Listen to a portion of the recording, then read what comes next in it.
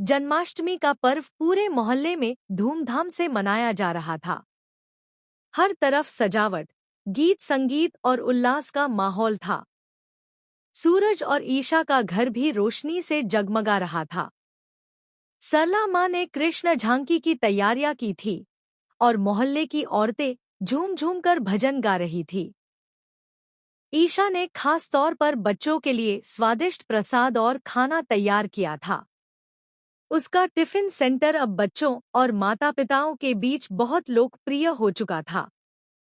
बच्चे दौड़ दौड़ कर ईशा के हाथों से खाना लेते और कहते, आंटी, आपका खाना तो बिल्कुल घर जैसा लगता है।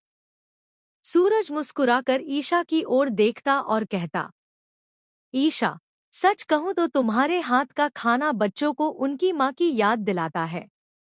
यह सुनकर सरला माँ का दिल भर आता।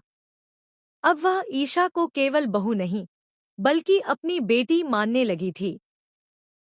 इस घर में पहली बार शांति और खुशियों की लहर दौड़ रही थी। मगर इसी खुशी के माहौल पर साजिश का काला साया मंडराने वाला था। षड्यंत्र की आहट। ईशा की सास दायमा, जिसे हमेशा से ईशा से जलन रहती थी, दूर खड़ी यह सब देख रही थी। उसके चेहरे पर अजीब सी कुटिल मुस्कान थी। उसे याद आया कि पहले भी उसने ईशा को नीचा दिखाने के लिए उसकी किताबें जला डाली थी। लेकिन इस बार वह और भी बड़ा वार करने वाली थी। इस षड्यंत्र के पीछे सिर्फ दायमा ही नहीं थी, बल्कि गुलाब सिंह और उसका जीजाजी भी शामिल थे। उनकी योजना साफ थी, ईशा की इस मिट्टी में मिलानी है, ताकि सूरज का घर टूट जाए और मोहल्ले में उसकी बदनामी हो। त्योहार की रात और अचानक आई आफत। जन्माष्टमी की रात थी। पूजा पाठ के बाद जैसे ही बच्चे ईशा के बनाए टिफिन का खाना खाने बैठे, अचानक कुछ बच्चों की तबीयत बिगड़ने लगी। एक एक कर बच्चे बेहोश होकर गिरने लगे। उनके होंठ नीले पड़ गए, कुछ के मुंह से खून निकलने लगा। पूरे मोहल्ले में चीख पुकार मच गई। हाय राम! बच्चे मर जाएंगे। किसने जहर खिलाया? सारा आरोप सीधे ईशा पर आ गया। लोग चिल्लाने लगे, ईशा ने बच्चों को जहर दिया है। ईशा अवाक रह गई। उसकी आंखों से आंसू बह निकले। वह सिसकते हुए बोली, मैंने तो बच्चों के लिए प्यार से खाना बनाया था। मैं ऐसा कैसे कर सकती हूँ? लेकिन भीड़ में किसी ने उसकी बात पर विश्वास नहीं किया। दायमा का छल। यही मौका देखकर दायमा आगे आई। उसने सबके सामने ऊंची आवाज में कहा, मैं तो पहले ही कहती थी, ईशा भरोसे लायक नहीं है। उसने जानबूझकर बच्चों को जहर दिया है ताकि सबकी नजरों में मैं बदनाम हो जाऊं। इतना कहकर वह चुपके से पुलिस को बुला लेती है।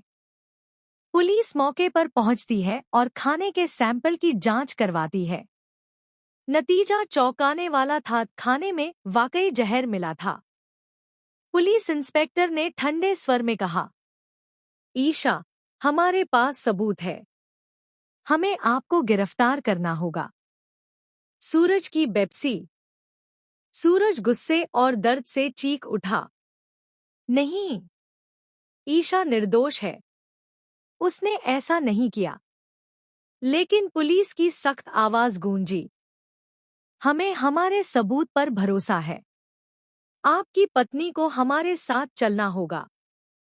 ईशा की आंखों से आंसू बह निकले। उसने सूरज की ओर देखते हुए कहा, सूरज, मुझे तुम पर भरोसा है।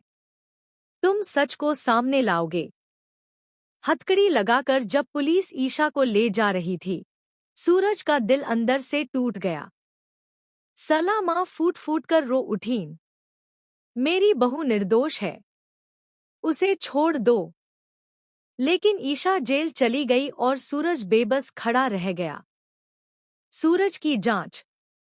उस रात सूरज ने ठान लिया कि वह ईशा की बेगुनाही साबित करेगा। अपनी आईएएस ट्रेनिंग का सहारा लेते हुए उसन